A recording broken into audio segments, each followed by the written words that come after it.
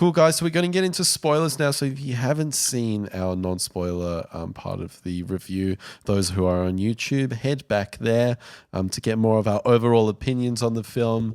And now we're just going to explore more of the nitty-gritty, as it were. Nitpicks. So I guess Mysterio is really the first, The big boy. the should we talk obvious about that? place to start. So this is one of the kind of the key three themes that you feel didn't get enough attention.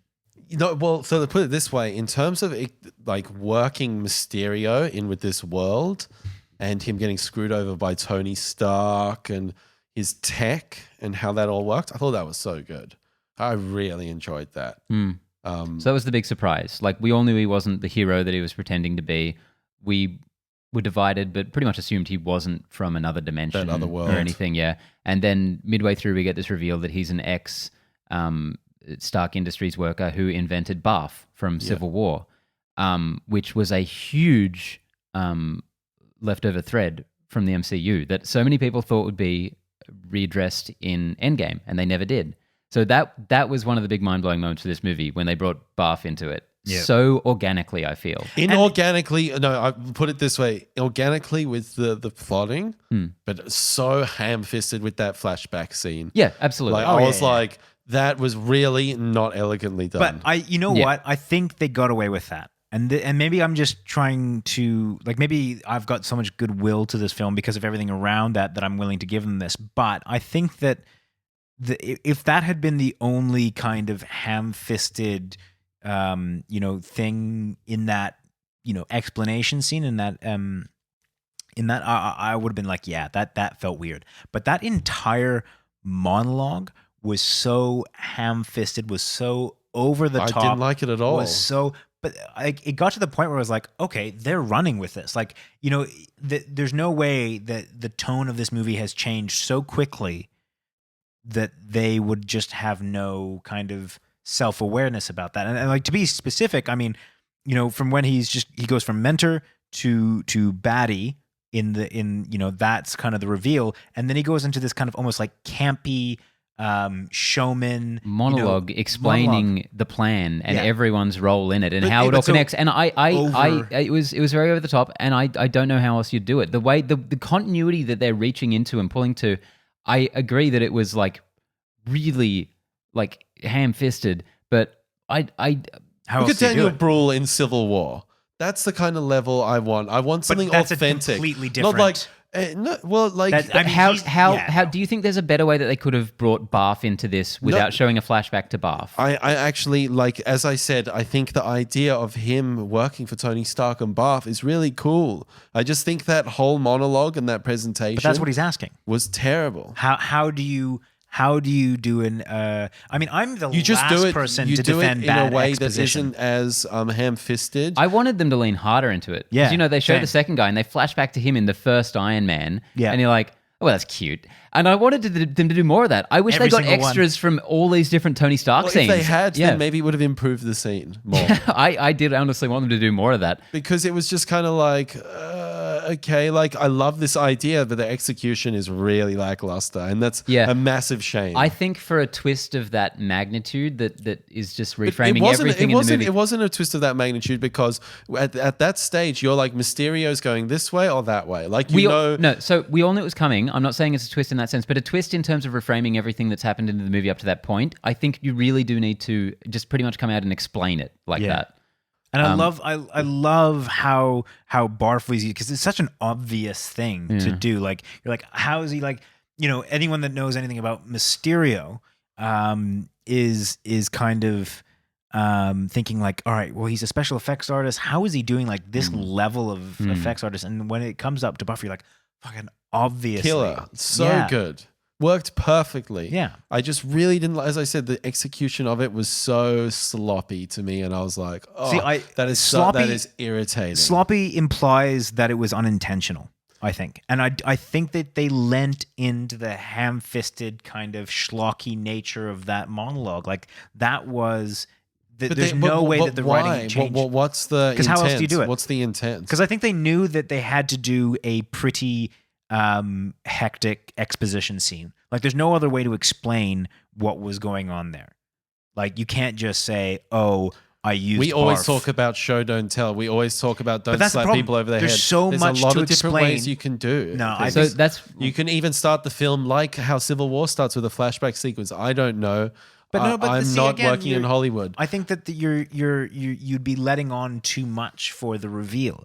I honestly think, and again, I'm the last person to defend exposition scenes because I fucking hate when they're done badly. But this, I think, is done so badly that it is intentional. Yeah, I that, like to the me, way gets it passed. I like the way that it just felt like a bunch of dickheads having an office party. Yeah. Like it felt like they were just patting themselves on the back and Yep. and they continued on with that scene after that where they're working the scene, and it felt like a bunch of like effects artists and stuff, and that felt so fun in a franchise that is so heavily built on these effects to have that element of it brought right into the narrative like that. I really loved that. Yeah, fair enough. Yeah, how about that Fair scene? enough. Did you think that was Yeah. better execution of it? Yeah. I did. Because that scene was entertaining enough for me to really forgive the fact that none of this makes any sense with all of these drones and holograms and stuff. Like rewatching the initial Venice attack with the big water dude. Oh, how is that? I'm not saying there's no way you couldn't explain it, but you would have to do so much work to be like, yeah, that's a bunch of drones, I guess, and holograms. Like holding water and then like yeah, shooting like and, getting Peter Parker wet while he's up top on a bridge. Yeah. It's a fucking stretch, and I feel like it is so. Yeah, I didn't even think about It's that. so kind of sleight of handly executed that even on my second viewing, being like, well, this doesn't make sense. I wasn't angry at the movie or anything. It's not just go even. It's along not a with it. nitpick. I'm like, Yeah. well done. Yeah. Well, and you know another thing that like I wanted this Mysterio character. Like that's really the only scene we get of him. Like the next scene we get of him is him programming with the drone programmer. Like I wanted to see more insight into this character because even though I have all those complaints about that scene, the reveal scene, I still wanted more. I was still in there, you know, and I felt like I was really disappointed that they gave all this baggage to all these other areas. And I was like, come on, man. Like, you've got a really cool character here.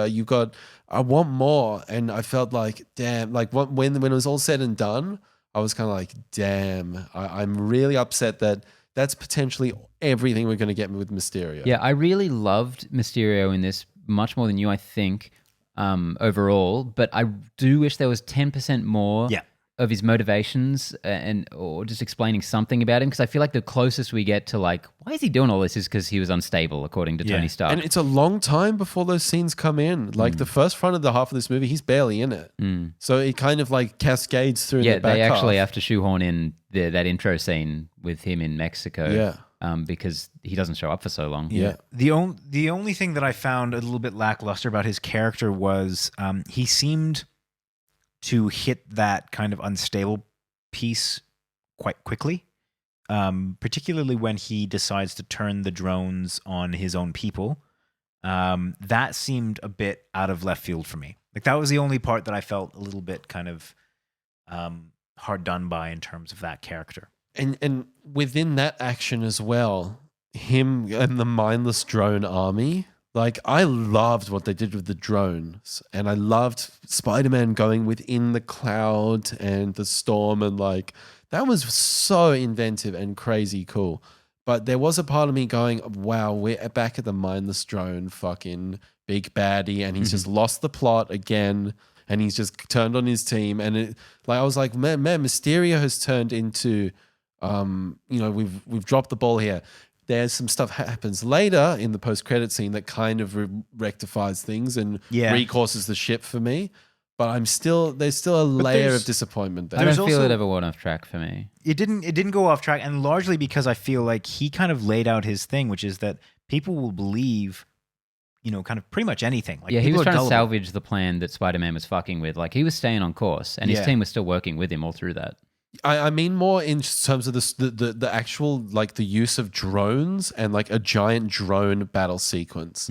Like that for me. That resulted in one of the, like you said, Ben, one of the coolest displays of web slinging. Oh, and I said I loved it. There was just something about it and the way he turned so quickly that felt super generic to me. What do you mean on a character turned? that isn't? Like how he turned on his team, how he went from like a very calculated, cool character to he seemed a lot more unhinged very quickly.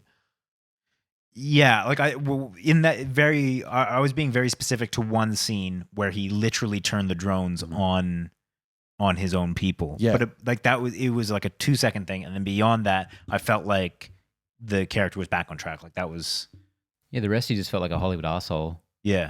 Well, all of it really. He just kept throwing fits, which I liked. How do you feel about this though? The fact that Tony Stark has a giant drone army.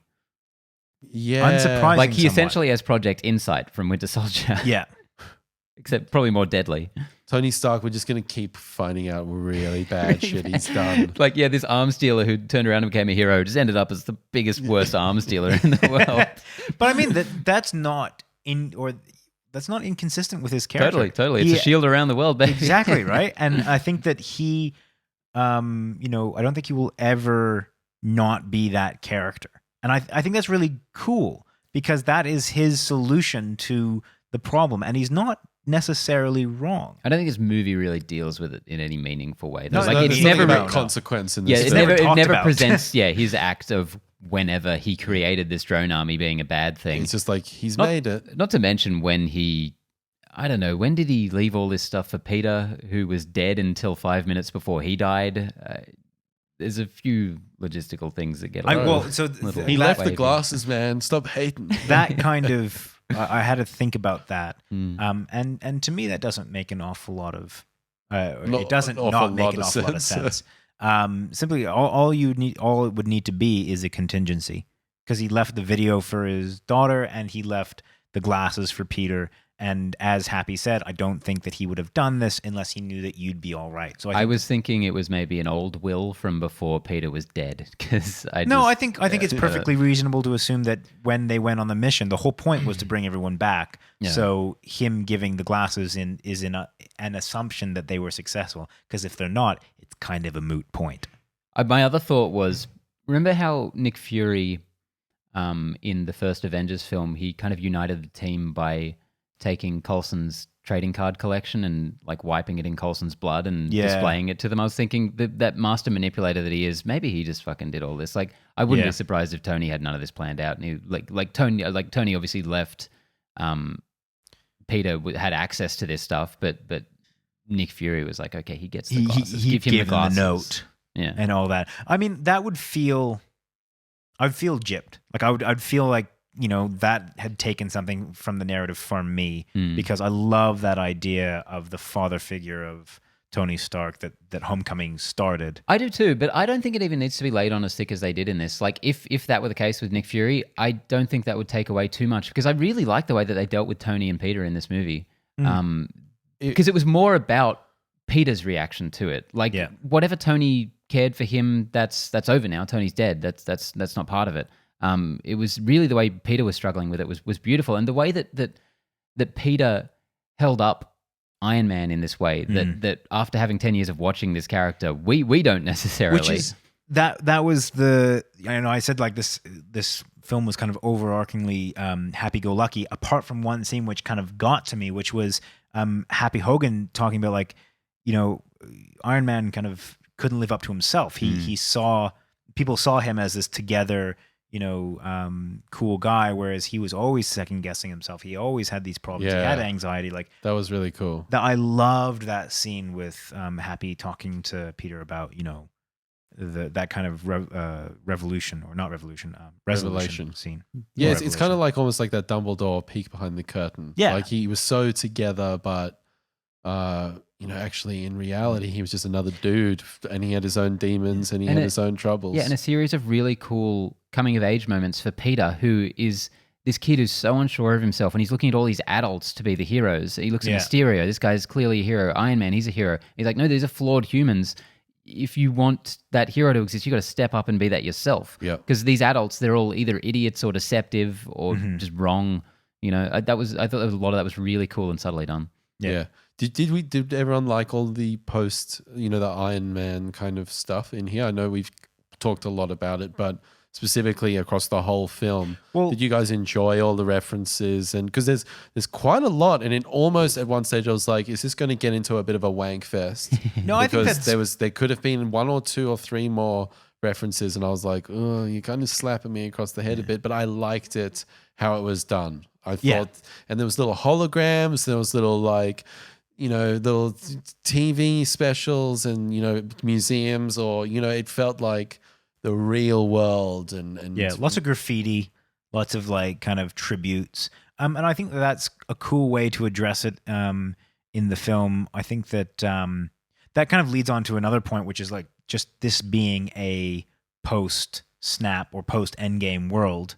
I thought, we said this in our non-spoiler part that I loved how they dealt with it. And in particular, I absolutely love that they dealt with the idea of people reappearing in the middle of people's houses. Well, people's houses, but also in the middle of like the basketball game where people just smacked into each other. I fucking loved that. I thought that was great because it dealt with what a lot of people would be asking. It was like, what about people in the middle of flights that just suddenly reappeared in midair? Well, it didn't deal with that. Well, no, it didn't show that, but it kind of you can infer what happened. So maybe overpopulation, not that big of a problem. But it did deal with the fact that like people are gonna like it's not gonna work quite it was smoothly. awkward for everyone. Yeah. I'm just imagining like sitting at home and then there's like 200 bodies just fall on the like the Raining local from the sky. neighborhood. Oh my They could God, make the it's worst like, horror. They could make the worst horror movie in the world and call it The Blip. It would be great. Yeah, no, I also liked the fun sort of like cobbled together Shutterstock vibe that they had at the beginning of the film. Oh my God! Like that was the Getty fun. images. That was so much fun. Such a great start. Enjoyed that, and then they did the same kind of thing in Homecoming with the selfie, Instagram stories kind of thing. So I really dug that, and I just thought like all the references back to the Snap or the Blip or whatever the fuck it's called worked really well for me. Yep. Same. Yeah. I thought they nailed it overall because it shouldn't fall upon this movie to deal with all of the consequences of Endgame, but what they tackled, it does. Yeah, it does, and I think what they tackled felt so organic. Yeah. And I think it's really smart that they dealt with it it's 8 months after the Snap, which kind of shows that like this is not them dealing with the immediate aftermath, so they're not showing people like meeting people for the first time. That feels like a little bit more heavy. Whereas this is just kind of like, this is people living in a post-Blip world. The funniest thing about the Snap is how traumatic and life-changing it would be for so many people and how utterly nothing it would be for everyone else. Yeah. Because they were gone for a second. Yeah. They'd be like, oh, wow, okay. Well, and I also liked how the one kid in their class was like from year like 7. 5 years And below. they're in year 11, and then it's like super tall and hot now. That was a great, I thought, great like, gag. I was so convinced they weren't going to reference anything. They were going to be like, it's the same kids. They all like they snapped. They came back. Don't fucking ask any questions. And the fact that they had that in there, I was like, I really appreciated that. And interestingly enough, like made him a kind of like a character in this, like a major character in it, which I thought was really cool. Yeah, it was a lot of fun. Yeah. Going back to Mysterio, and like, don't get me wrong, I feel like I've been on this spoiler part of the review a bit neg on Mysterio. I really did like a lot of elements with him.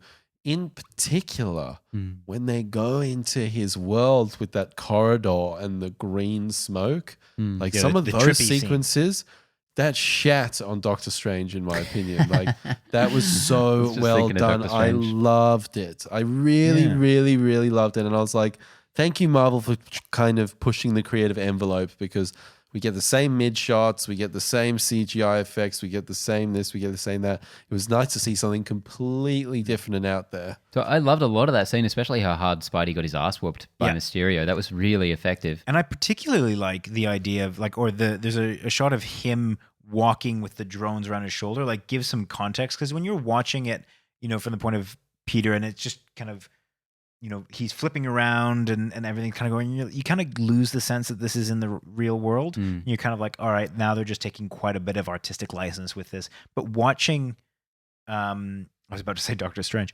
watching Mysterio just kind of, operate outside the bounds of that and like kind of fuck up Peter Parker gave a really cool, grounded nature to what he's actually doing. Yeah, I while love that still he being just has fantastical. That like AR suit with a fish bulb. Yeah, Just really, really cool that they went for that technical aspect of it, even though the rest of it doesn't make any sense. So we talked in the non-spoiler part of the review about Mysterio. He's not from. Did we talk about it? No, we would have talked about it in this part of the review that he's not from Another dimension. Yeah, he's just. God, where was I going with that? Are you guys disappointed that this wasn't a multiverse movie? No, I'm really glad. Because a lot of people were very excited when they were really? like, "Oh, there's a multiverse now." Yeah, I'm happy they didn't I pull think that thread. that is, well, I mean, they haven't ruled it out. It's not a door that they can't No, open. totally, but they didn't do it at all in this movie. Yeah, and I think that that's probably relatively strategic. I mean, they did open quite a few doors in this. I think that might have been one too many. Yeah, in That would have been something so that's like much to work with. quick epilogue to end game, which, yeah, I'm quite glad that where they took that, because again, the next movie could open up with them saying, yeah, there is a multiverse. Like it certainly doesn't shut the door on it. It just doesn't open it now. Do we want to talk post-credit scenes now? Is now the time, or is Yeah, there might stuff as to well. talk? I mean, it's kind of relevant to the entire film. And I'd actually like to start with, so a lot of people picked the last one as the most, like the post or the second post-credit scene as the biggest, like, what the fuck moment. Oddly enough, I found the mid-credit scene more impactful. But Yeah, me too. I think. let's talk about the last one, which is that No, let's talk with the first I one. kind of then. wanted to end with that one because I think Oh, that okay, yeah, yeah. speaks to Sure, where this yeah, universe yeah. goes to. But the last one, which is that, you know, obviously Nick Fury is a Skrull, and more specifically is what's Ben Mendelsohn's character? Talos, Talos, and and Maria Hill was Sauron, his wife. Yeah, which it was cool. No one saw that coming, but it does explain some weird things that happen earlier on, which I remember kind of thinking like that was weird, but you know, I was didn't think about it too much. convinced that Nick Fury wasn't Nick Fury in the whole movie. Oh, really? 100%. Yeah, I didn't call that at all. I'm not saying I called it. I'm just saying, like, because I thought Chameleon was going to be in this movie, so I really thought he was going to be part of it, or I Okay, thought he cool, was just cool. going to be an illusion the whole time.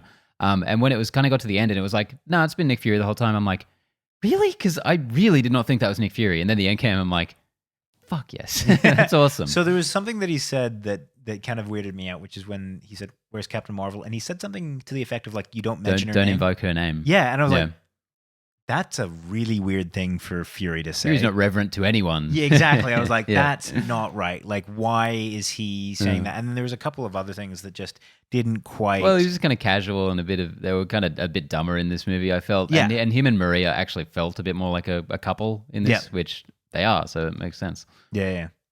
But I'm not like, that's such an open-ended, like, what the fuck are they doing? Like, that to me is kind of. Well, the first thing I thought, which is obviously not the case, but I was like, so what?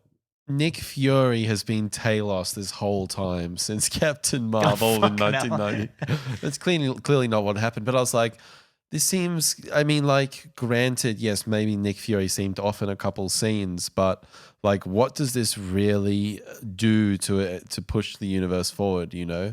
Like, they've been swapping places. Nothing Okay. in the movie, I don't think, but showing him in space at the end with this like Skrull armada that is obviously hinting to some big stuff. That kind of, but that's such an open door for me. Like, that's such a kind of throw it to the wind. That could be anything. What really interested me was the mid-credit scene, with basically the future of the MCU, which is now confirmed to be Spider-Man, just being outed like that by one of the coolest cameos Ever. Yeah, ever. J.K. Simmons. Yeah. Shows up as J. Jonah Jameson. So I never thought I would see that. I genuinely was like, what? It breaks so many. all of I don't us know, were just like, conventions or cast J.K. Simmons, you cowards. He's the most perfectly cast comic book character ever. I'd say that's probably Never the thought they'd most do it. dumbfounded I've been in a post-credit sequence in the MCU ever. I remember Definitely. like everyone kind of losing their mind, like, and me just like going like, what? And my girlfriend, who has not seen any of the Raimi films, being looking at me going like, what's going on? I'm like, I was Is trying this to like, a tie-in with Whiplash? yeah, I was trying to explain it. I was like, he is in the Spider-Man films, and she goes, yeah. And I was like, Duh. but not these Spider-Man films. Like, he plays the same character. It's like, so why is this weird? But like, he's not meant to be here. And I love they gave him the sort of YouTuber pundit kind of Shock thing. jock I love that. I podcaster. thought that was Yeah. so great way to go for the character. Yeah, he's probably that in the comics lately. In the PS4 game recently, he was that. Oh, okay. Pretty much. So yeah, that's a genius thing for him. Yeah. Did they have a throwback to the PS4 game? when he took the selfie of him? What was that from? I don't know. I think it was just because they realized, oh fuck, Peter Parker, photographer, has not done any photographing in these movies. You better take a selfie at some point. Yeah. So Mysterio ousts that- Parker. Now That's wild. I for all my really in-depth knowledge of the Spider-Man universe, Mm-hmm. reading zero comics and watching the movies a bunch of times, I don't know if this has ever happened before. I'm sure it has. It has. But really interesting territory, and I am fascinated to see how Kevin Feige negotiates with Sony, because this seems to be like a major story arc for Phase 4. So we kind of thought that they'd pull it back or they'd change his character or something like that. But this, like you said, this is like I didn't this is expect. big. I expected them to pry him away more and more, and it's more. I don't know why, but it feels like it's more They've doubled down on Spider-Man, in the MCU, which And- kind of like worries me a little bit because in Phase 3, Spider-Man was always kind of it was the friendly neighborhood Spider-Man. Like he kind of does his own adventures. It's cool how he's integrated into the overall universe, but if there was ever a need to, they could pull him out. Yeah, I mean, what's the next one going to be? Spider-Man on the Run? Is that? I don't know. Spider-Man Can't Go Home. I don't know where they're going with this. I really like this scene. I'm not sure how much I like this development because like I said, I wanted one of these every year for eternity. Yeah. I really wanted him to keep having this career. It's like how with the Dark Knight trilogy, I hate how he had like 2 adventures back to back and then 8 years later, he hurt his hip or whatever, and then 8 years he just wasn't Batman. I'm like, well, that's not a hero. Like he was not heroing for. Like I want Spider-Man to just be Spider-Man forever. I don't know what he's going to do now. I don't know how this is going to pan out. But it's very interesting. If they can keep doing this as well as I think they have been doing, then this is a huge interesting development that we haven't seen before. they would have to have a very clear idea of where this is going. They bloody well better. Because I know that Mystery box. hopefully they know the consequences of fucking this up. Yeah, It's well, pretty dire. because in the comics it was a pretty big fuck up. So much so that like Peter had to make a deal with the devil Right. to get his secret identity restored, and that resulted in one of the worst storylines in Spider-Man history. I think that this is something that the MCU has never been afraid to do, which is progress characters and stories relatively quickly. And completely off screen. Yeah. Characters in comic books have this kind of the mechanics are different. You can pump out 100 different comic book episodes and they can just kind of be the weekly adventure of Spider-Man, and you can kill characters, you can take ones off and veer them off into a different universe, and you can do so much variability with that. Whereas the MCU, you have, 23 movies is a lot of movies, but if you consider how many characters that they've dealt with, the MCU, I think cleverly, has not been afraid to introduce a villain, kill that villain, done. He's not going to come back every episode. He's not going to be this long-standing villain. He's done. All right, move on to the next villain, or Most move of on them to the next suck, hero. so it's not like a huge like. But I mean, like, if Man, you I think wish about, Whiplash was still around, whipping and lashing. but I mean that in comic books they keep coming back. Like Yeah. that's the staple. So I think in this with it, like you can't have Spider-Man just do his That's because we don't weekly get or we yearly. don't get the day to day with these heroes, which is something I would like to see them delve into more, and I hope these TV shows do a bit, because as great as the MCU is and revolutionary, it's becoming so apparent that we're just seeing these big moments in all of these characters' lives, and I feel like Tony Stark, 10 years we've been with this character, we've seen him like a handful of times overall. We've seen a few hours of his life, whereas if you sit through all these fucking Netflix shows, Yeah. you've watched dozens of hours, boring hours of these characters. And it's like, why can't I spend more time with Thor while he's doing cool shit? Yeah. Or even mundane shit. We'd love these characters so much now. I'd love to see more of them living their lives, What So- are they watching on YouTube whilst they're on the John? Exactly. I mean, we did wanna get that know. with Thor. We got to have his like Australian vacay. Exactly. with, And that's the best. yeah. I love that stuff. But I do think that, to be honest, I think it's a smart move on the MCU's side to keep things moving relatively quickly, because I mean I can get how that would get stale. Like I think if they went to I think that if they gave you what you want, Ben, you might be satisfied, but in a general audience way, if we just got another Homecoming or another, Far From Home every year, people would get the fatigue that I think Marvel is worried about. That's why none of these franchises on their own, like, they all peter out. Yeah, exactly right. But I think one's that able to make good Marvel ones is again like, and again. let's build up a character to that point where you're like, fuck yeah, that character. Let's kill them, or let's give them a 180, or let's do something, and then like let this keep moving. You got to keep raise the stakes. Raise the stakes. And I feel like they haven't pussied out on this one. They might have pussied out on the end of Endgame. You think that they in the re-release of Endgame. From a marketing perspective, perspective and footage, but in terms of like risk-taking storytelling, Far From Home post-credit scene delivers, and I was actually quite blown away that they went that far. And I loved their little gotcha moment because they cut out right before Mysterio says that, and I was like, "Whew, that was close!" And then he just pops back up. I think that's fucking brilliant.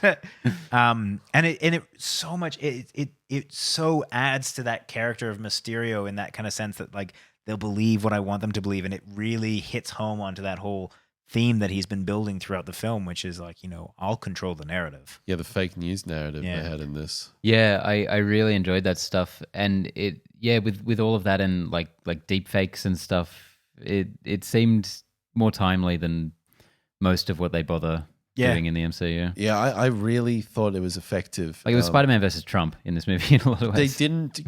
It was a couple throwaway lines and nothing more than that.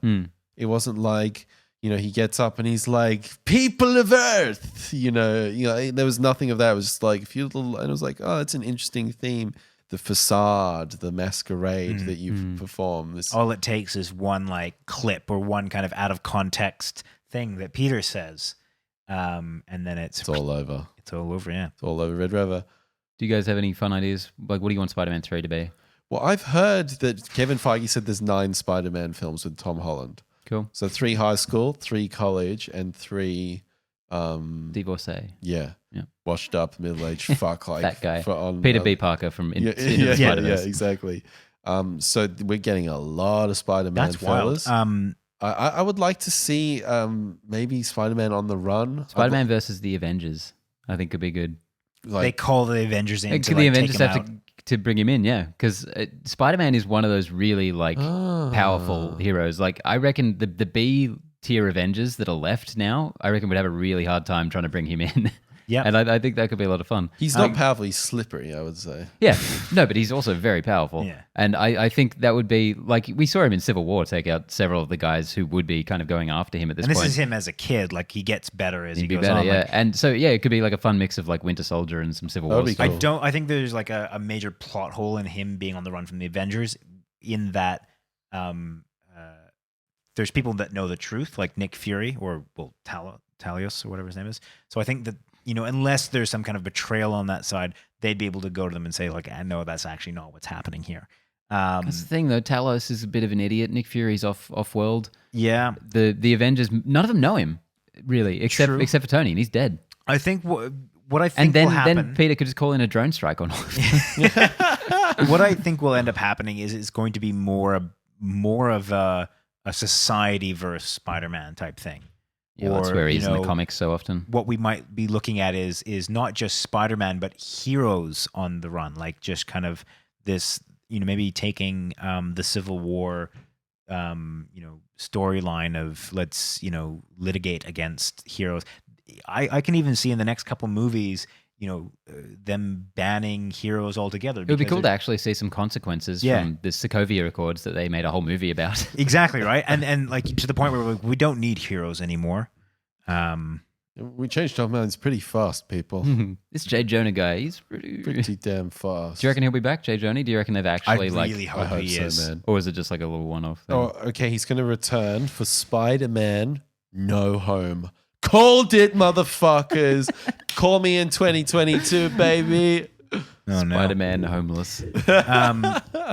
Oh, fuck. That's actually what it's going to be. How quickly you were dissuaded. You were so confident for like an entire 20 seconds. It's all part of the routine.